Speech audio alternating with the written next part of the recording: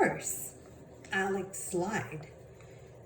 Snow White smiled with relief and left the chamber. The twins decided to exit the palace through the main entrance since they were still disguised as servants.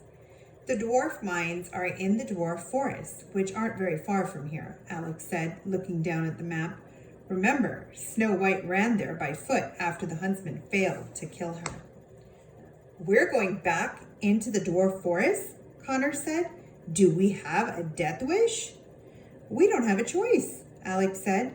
The twins camped out in a safe patch of woods near Snow White's palace and slept for the little night remaining. They hung their wet clothes over a tree branch to dry by the next morning. They began their return into the dwarf forest. Alex's bag had only one strap now, but it worked nonetheless. They walked for a good while before they found a driver willing to give them a ride. Are you sure you want to go in there? It's a very dangerous place, the driver said. Trust us, we know, Connor said. He gave the driver the coins he had found in his maid's dress the night before to further persuade him. The cart traveled down the path past the ugly duckling pond, which Alex found incredibly amusing, and into a forest that had been logged. For miles around, there were nothing but tree stumps. It didn't make the twins sad to see all the missing trees. They had seen enough live ones recently to make up the difference.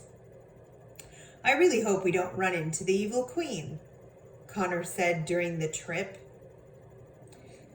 That would just suck. I just hope she doesn't already have the saber from the deepest sea, Alex said. Otherwise, we may have to cross paths. I wonder if she knows about us, Connor said. If she sent the huntsman's daughter to find Sleeping Beauty's spindle and the troll and goblin king's crown, and they both were gone, she would realize sooner or later that someone else is collecting the objects for the spell. I hope she doesn't, Alex said, and then let out a sigh. It seems like the longer we're here, the worse it gets for us. Something always comes up that makes things more difficult.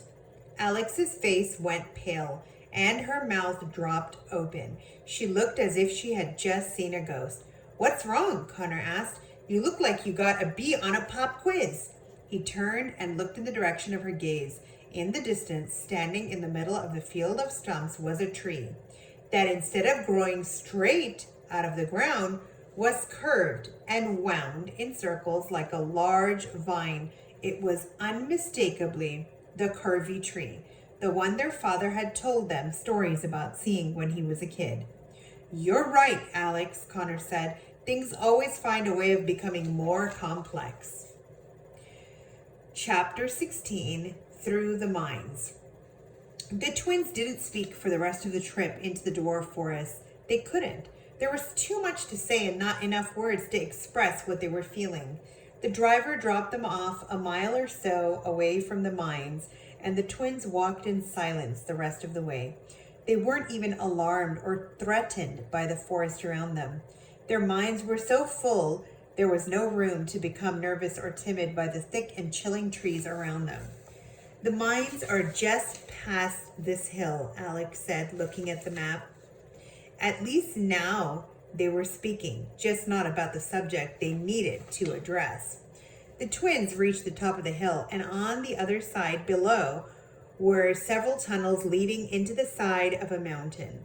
They were much different from the tunnels they had seen in the troll and goblin territory.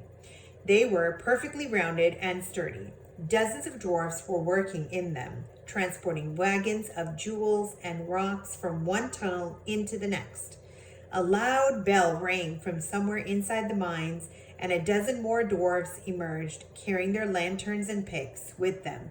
It was the end of the day, and they all headed home in single file lines to different parts of the forest. The twins waited on the hill for a few moments before going into the mines, making sure no one was lingering behind. They went through the largest of the tunnels and found a row of lanterns hung low on the dirt wall just inside. They each took a lantern and walked deeper into the mountainside. The mines were huge. The shovels were lined up against the walls, and the floor was covered with tracks for the dwarfs' mining carts and stretched into the mountains for miles. The twins kept walking and walking with their lanterns raised high above them, being on careful lookout for anything that might resemble a glass coffin. "Are we going to talk about this?" Alex asked her brother as they searched. "Talk about the mines?" he asked. "No. You know what I mean," Alex said. "I don't want to talk about anything but finding the coffin," Connor said. "Connor, ignoring the situation isn't going to help anything," Alex said. "Ignoring what situation?" he said, not looking her in the eye. "We saw the curvy tree. It was just another story that Dad heard and told us when we were younger. Don't make this a bigger deal than it is." "That's not what this is, and you know it," Alex said, raising her voice. "Alex, stop," Connor said. "Stop denying it," she said. "Alex, don't," he said. "You've known since the minute we got here. You felt it too," Alex said. "I know you did. You may be able to lie to yourself, but you can't lie to me." "I'm not lying. You're making things up in your head that you want to be true," Connor said, trying to hide the tears forming in his eyes.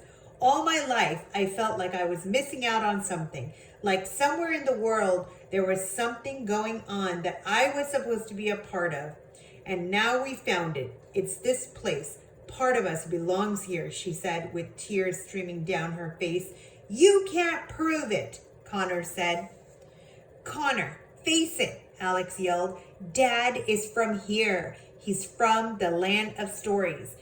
"Then why didn't he tell us?" Connor shouted, and it echoed through the mines. "Why did he keep it from us?" He sat on the ground and quietly sobbed into his hands. Alex sat on the ground next to her brother and cried with him.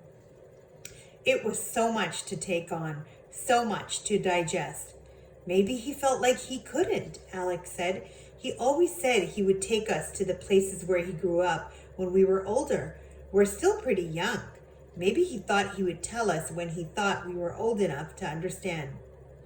"I think, hi kids, did I ever tell you I'm from another dimension? It's pretty shocking, no matter what age you are," Connor said. "It's such a heavy thing to confess," Alex said. "He must have been waiting for the right moment. Unfortunately, the right moment didn't come until it was too late." "So does that mean that Grandma is from here too?" Connor asked. "I'm guessing so." "Then how did they get to our world?" "There must be more than one way beside this wishing spell," Connor said. "There must be," Alex said. "But the wishing spell is all we've got so far, so we need to keep looking for the glass coffin if we ever want to see Mom again."